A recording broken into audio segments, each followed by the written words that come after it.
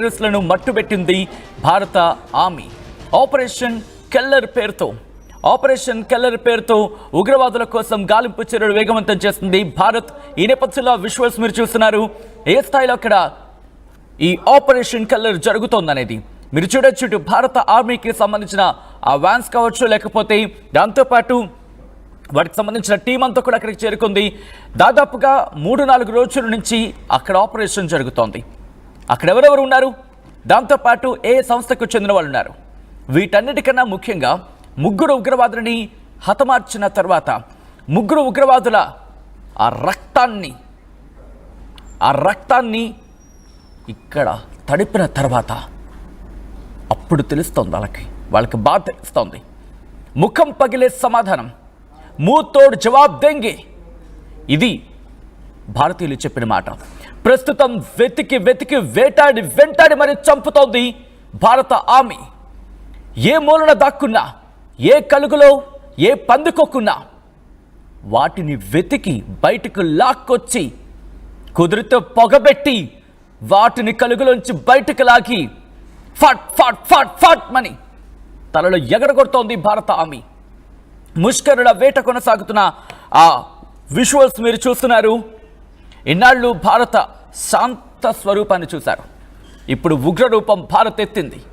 అదుగు మీరు చూడొచ్చు. ఆ లిస్ట్: అమీర్ నజీర్ వానీ, వాడితో పాటు యావర్ అభట్, వీళ్ళ ముగ్గురిని కూడా భారత ఆర్మీ మట్టుబెట్టింది. అమీర్ నజీర్ వానీ, ఆసిఫ్ అహ్మద్ షేక్, యావర్ అహ్మద్ భట్, వీళ్ళు ముగ్గురు కూడా ఇటు జమ్మూ కాశ్మీర్ పుల్వామాకు చెందిన వాళ్ళు. ఒక్కొక్కరి ఆ ప్రొఫైల్ ఫ్రమ్ ద బిగినింగ్ చూసే ప్రయత్నం చేద్దాం ఇండివిజువల్గా. వాళ్ళకి సంబంధించిన డీటెయిల్స్ మీరు చూడొచ్చు. అక్కడ ఈ షేక్ సంబంధించి ఆసిఫ్ అహ్మద్ షేక్గా చెప్పుకుంటున్నారు. ఈ ఇతగాడికి సంబంధించి మీరు చూడొచ్చు ఆ ప్రొఫైల్ అంతా కూడా. ఆ తర్వాత అమీర్ నజీర్ వానీ, వాళ్ళ తండ్రి పేరుతో పాటు వాడే 27. చూడండి ఏ స్థాయిలో వాళ్ళు పొల్యూట్ చేస్తున్నారు. దాంతోపాటు ఒక్కసారి ఆపే ప్రయత్నించండి. అడిషనల్ ఇన్ఫో అంటూ కూడా ఆ ఇన్ఫర్మేషన్ మీరు చూస్తే కనుక ఎఫ్ఐఆర్లు ఉన్నాయి. ఎంత దుర్మార్గంగా ఉంటుందంటే అక్కడ పరిస్థితి వీళ్ళు చూడొచ్చు. అడిషనల్ ఇన్ఫర్మేషన్ అంటూ మీరు చూస్తే ఇండల్జ్డ్ అంటూ కూడా ఒక అంశానికి సంబంధించి మాట్లాడుతున్నారు. ఇక్కడ additional info, FIR registered case under section 38 UAP act regarding his induction with terror ranks అంటూ ఇండల్జింగ్ మిస్సింగ్ ఫ్రమ్ 25 April 2024 అంటూ 20 ఏళ్ళు అంతే, పట్టుమని 20 ఏళ్ళు. ఏ స్థాయిలో వాళ్ళని పొల్యూట్ చేస్తారో తెలుసా? కేవలం 5,000కు 10,000కు ఇక్కడ కీలకమైన భారత సమాచారాన్ని ఆ దుర్మార్గులైన ఉగ్రవాదులకు చేరవేస్తే వీళ్ళకు 5,000 10,000 వీళ్ళ ప్రాణాల ఖరీదు తెలుసా మీకు? 5,000 10,000 ఆ స్థాయిలో బ్రెయిన్ వాష్ చేస్తారు. ఆ తర్వాత యావర్ బట్ వీళ్ళ ఏజ్ అందరిది చూడండి, మహా అయితే 20 నుంచి 30 ఏళ్ళే. వీళ్ళని టార్గెట్ చేసుకుంటారు. ఇదిగో వీడిది అడిషనల్ ఇన్ఫర్మేషన్ చూస్తే Indians Born on 24th October 1997 and he completed his BA second year. He started supporting his family from the year అంటూ అక్కడ మెన్షన్ చేశారు. సో ఆ డీటెయిల్స్ అని మీరు చూడొచ్చు. పూర్తిగా అయితే మాత్రం భారత భద్రతా బలగాలు ప్రస్తుతం ఆపరేషన్ ని కంటిన్యూ చేస్తున్నాయి. మృతుల్లో పహల్గామ్ దాడిలో కీలక పాత్ర పోషించిన టెర్రరిస్ట్ ఆసిఫ్ షేక్ ను కూడా పట్టుకున్నారు. మా ప్రతినిధి రామ్దాస్ అప్డేట్స్ అందించేందుకు సిద్ధంగా ఉన్నారు. రామ్దాస్, ఆపరేషన్ కెల్లర్ ఎంతవరకు వచ్చింది? ప్రస్తుతం ఆపరేషన్ కెల్లర్ స్టేటస్ ఏంటి?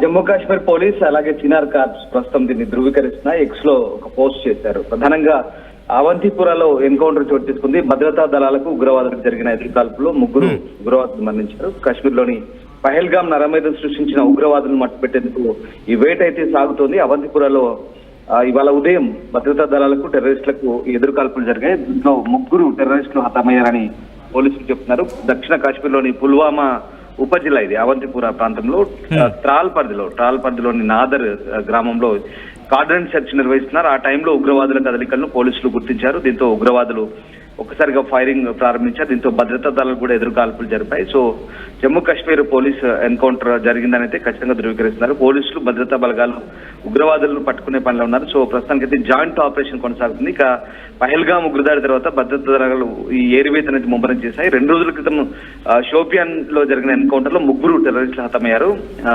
అలాగే జంపాత్రి కెల్లర్ ప్రాంతంలో భద్రతా బలగాలు కశ్మీర్ పోలీస్ జాయింట్ ఆపరేషన్ చేపట్టిన పరిస్థితి. సో ఇది 48 అవర్స్ లో ఇది 2వసారి ఫైరింగ్ అనొచ్చు. సో 13వ తారీఖు కాశ్మీర్ లోని షోపియాన్ లో జరిగిన ఎన్కౌంటర్ లో 3 చనిపోయారు. మొదట కుల్గామ్ లో ప్రారంభమైంది ఇది, అలా షోపియాన్ వరకు కొనసాగింది. అటవీ ప్రాంతంలో ఉగ్రవాదులు మట్టిపెట్టారు. పక్కా ఇంటర్నేషనల్ ఏజెన్సీస్ ఇంటెలిజెన్స్ ఇన్పుట్స్ ఆధారంగా ప్రస్తుతం ఒక అంతర్జాతీయ నిఘా సంస్థ ఇచ్చిన ఇన్పుట్స్ ఆధారంగా పోలీసులు అయితే ఆ ప్రాంతాన్ని జల్లెడ పడుతున్నట్టు తెలిసింది.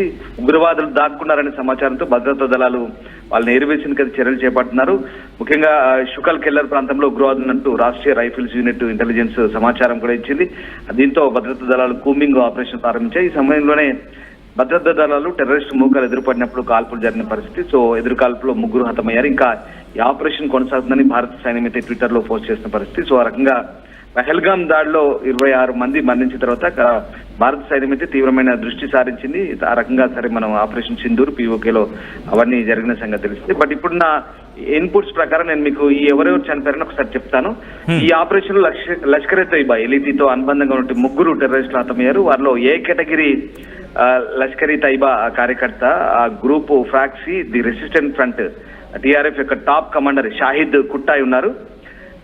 ఏప్రిల్ 22న జరిగిన పహల్గామ్ దాడిలో 26 మంది మరణించిన దాంట్లో ఈ పర్యాటకులు అలాగే చాలా మంది చనిపోయిన దాంట్లో ఇతను అనేక పాత్ర ఉంది. అంతేకాదు అక్కడ స్థానికంగా కాశ్మీర్ లో బీజేపీ సర్పంచ్ ఒక అతని హత్య చేశాడు. అలాగే ఆర్మీ సిబ్బందిని కూడా హత్య చేసిన అనేక ఉన్నత స్థాయి దాడిలో ఈ కుట్టాయి పాత్ర ఉంది. వీడు చాలా హత్యలు చేశాడు. అలాగే మొన్న పహల్గామ్ దాడిలో కూడా పాల్గొన్నట్టు తెలుస్తుంది. అలాగే ఈ 13వ తారీఖు జరిగిన షోపియాన్ ఎన్కౌంటర్ లో హతమైన ఉగ్రవాది అద్నాన్ షఫీదార్ అంటున్నారు. అతను కూడా షోపియాన్ లో చాలా మంది కార్మికులపై దాడికి పాల్పడ్డాడు.